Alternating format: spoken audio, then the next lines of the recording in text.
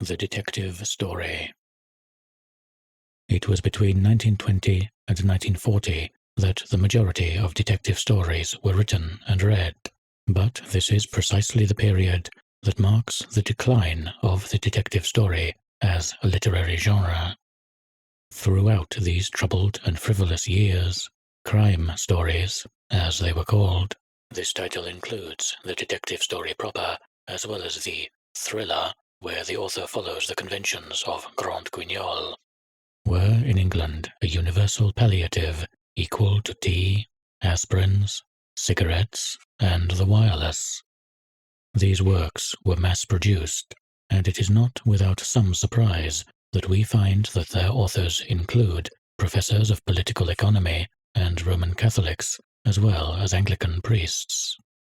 Any amateur who had never dreamed of writing a novel felt capable of tackling a detective story, which requires only the haziest knowledge of toxicology and a plausible alibi to conceal the culprit. Yet soon, the detective story started to get more complicated. It demanded more ingenuity if its author were to satisfy the reader's constantly growing appetite for violence and thirst for bloodshed. The crimes became more sensational and more difficult to unravel. It is nevertheless a fact that in this multitude of later works there is hardly anything worth rereading. Things were not always like this. Entertaining books are not necessarily bad books. Between 1880 and 1920, we had in England 3 specialists in the detective novel who showed undeniably artistic qualities. Conan Doyle, of course, belonged to this trio, together with 2 writers who are not his equal, but who should not be despised: Ernest Bramah and R. Austin Freeman. The Memoirs and the Adventures of Sherlock Holmes, Max Carados and the Eyes of Max Carados by Bramah, The Eye of Osiris and The Singing Bone by Freeman are, together with the 2 or 3 short stories of Edgar Allan Poe which inspired them, the classics of English detective fiction. We can find in each of these works a quality of style, and even better, an atmosphere, which we do not usually find in contemporary authors.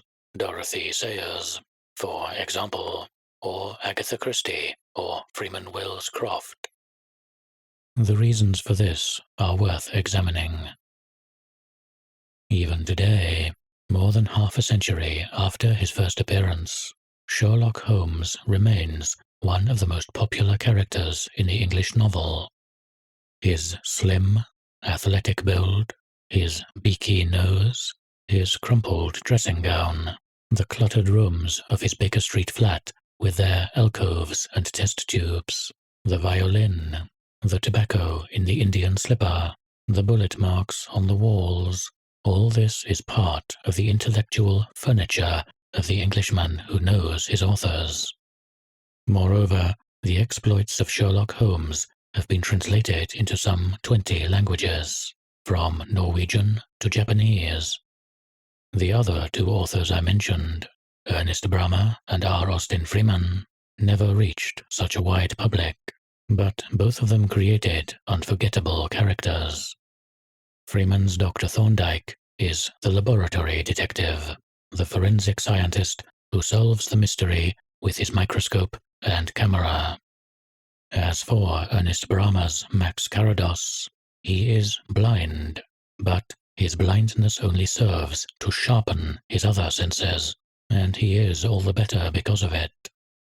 If we seek to determine why we are drawn to these 3 authors, we are led to a preliminary observation of a purely technical nature, one which emphasizes the weakness of the modern detective story and of all English short stories of the past 20 years.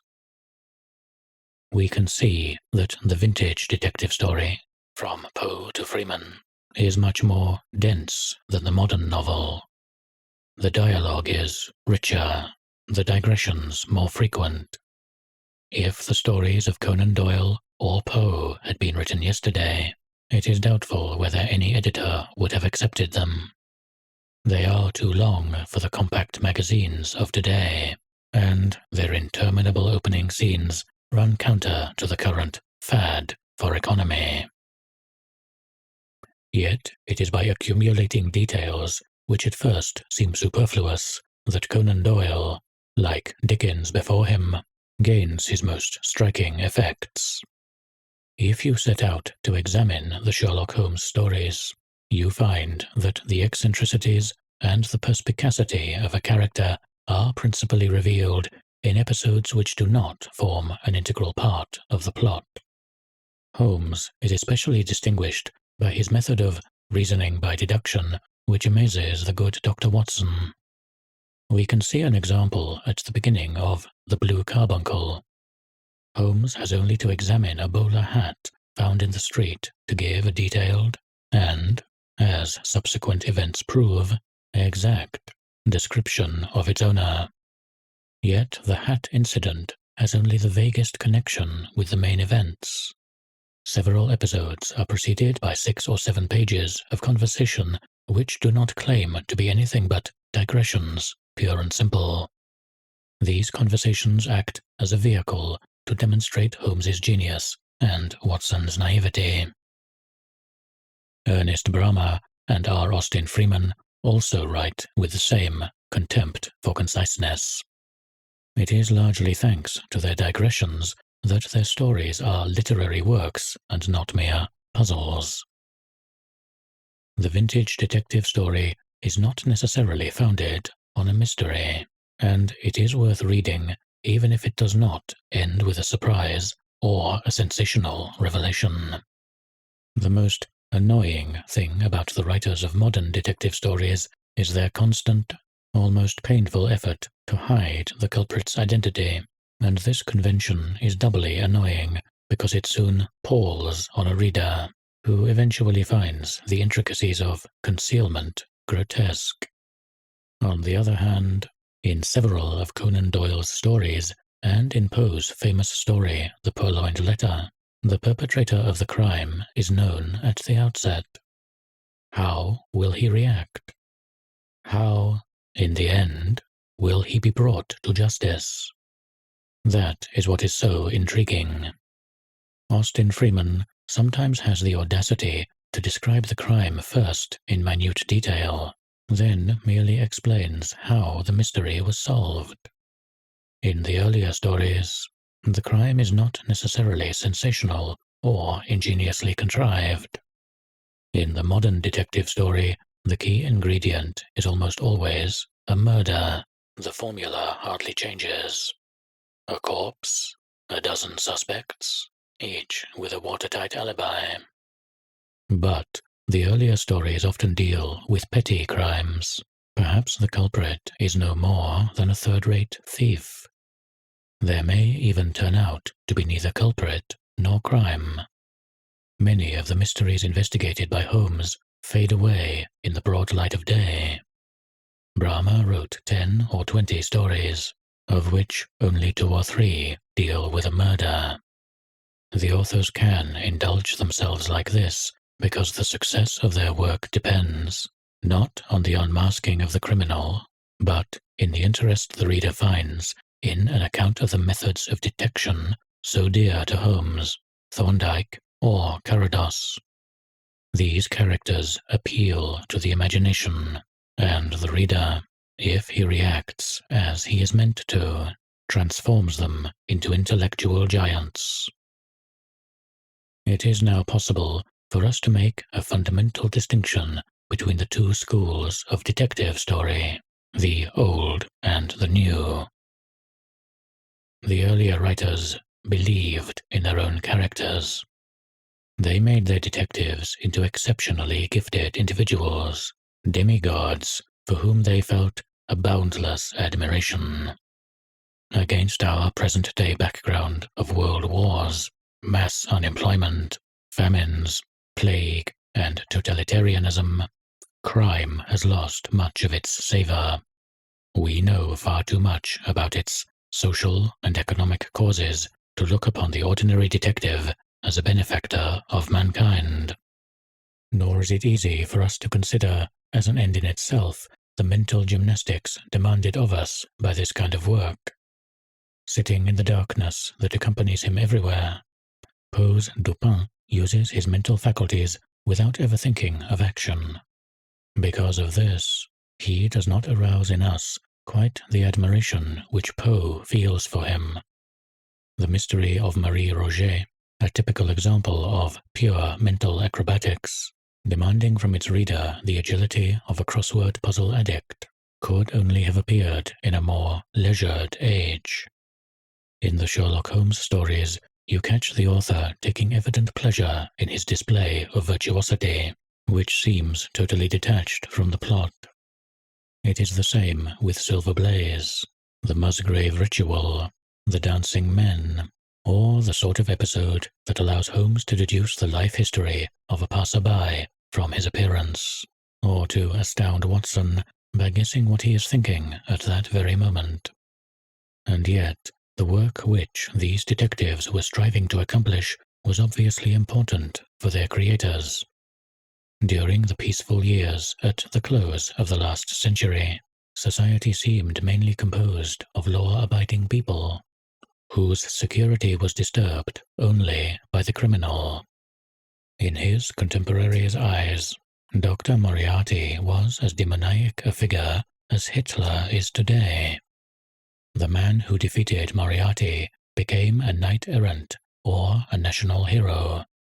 And when Conan Doyle, sending Holmes to his death at the end of the memoirs, allows Watson to echo the words of Plato's farewell to Socrates, there is no fear of his seeming ridiculous. Among modern writers, there are only two who seem to us to believe in their detectives: G.K. Chesterton and Edgar Wallace. Yet their motives are not as disinterested as those of Doyle or Freeman. Wallace, an extraordinarily prolific and gifted writer in a morbid genre, was inspired by his own private form of sadism, which there is no time to analyze here. Chesterton's hero, Father Brown, is a Catholic priest used by Chesterton as an instrument of religious propaganda. In the other detective stories, at least in those I have read, I can see either a comic side or a rather unconvincing effort on the author's part to create an atmosphere of horror around crimes which he himself has great difficulty in finding horrific. And then, to achieve their aims, the detectives in contemporary novels rely first and foremost on luck and intuition. They are less intellectual than the heroes of Poe, Doyle, Freeman, or Brahma. It is clear that for the earlier writers, Holmes, Thorndike, and many others are all the prototype of the man of science, or, rather, of omniscience, who owes everything to logic and nothing to chance. Chesterton's Father Brown possesses almost magical powers. Holmes is a 19th century rationalist. In creating this character, Conan Doyle faithfully reproduced his contemporary's idea of a scientist. In the last century, the detective was always a bachelor.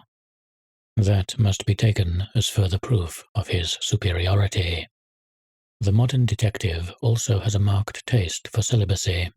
A wife does rather complicate matters in a detective story. But the celibacy of Holmes and Thorndike is of a particularly monkish kind. It is stated categorically that neither of them is interested in the opposite sex. It is felt that the wise man should not be married, just as the saint must practice celibacy. The wise man should have a complementary character beside him, the fool. The contrast accentuates the wise man's good qualities.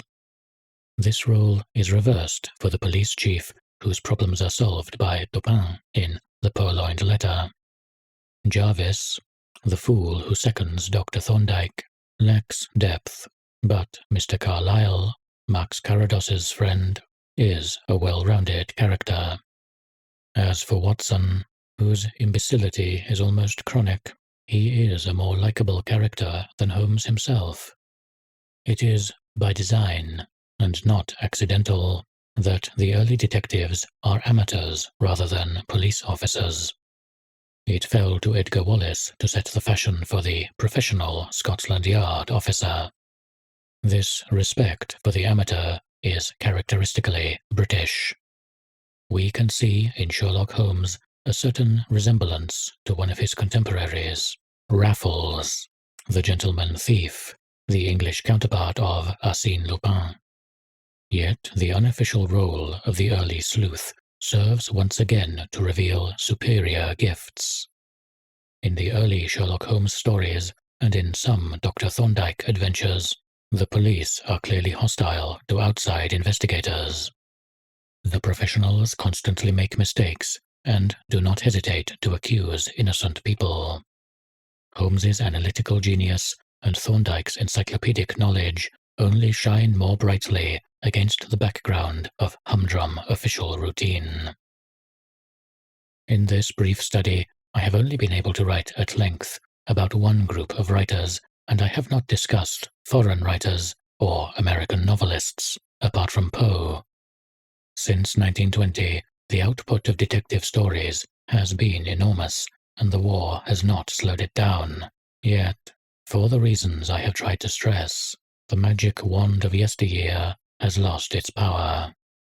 There is more ingenuity in the modern novel, but the authors seem incapable of creating an atmosphere. First place among modern writers should probably go to the brooding Edgar Wallace, more likely to terrorize his reader than to guide him through a jungle of complex problems. Mention must be made of Agatha Christie, who handles dialogue elegantly and shows artistry in laying false trails. The much-vaunted short stories of Dorothy Sayers would probably have attracted little attention if the author had not had the bright idea of making her detective the son of a duke.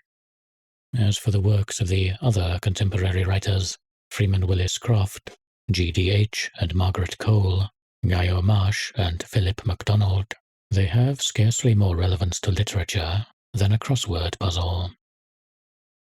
It is not difficult to imagine that a novel conceived as a pure intellectual exercise, like The Gold Bug, might appear again one day. But it is unlikely to reappear as a detective story. I have already said, and this seems to me a significant fact, that the best detective story writers could exploit small-scale crimes. It is hard to believe that the game of cops and robbers could still inspire writers of the stature of Conan Doyle, let alone Poe. The detective story, as we know it, belonged to the 19th century, above all, to the end of the 19th century. It belonged to the London of the 80s and 90s, to that gloomy and mysterious London where men in high-domed bowler hats slipped out into the flickering light of the gas lamps, where the bells of hansom cabs jingled through perpetual fogs. It belonged to the period when English public opinion was more deeply stirred by the exploits of Jack the Ripper than by the problems of Irish Home Rule or the Battle of Majuba.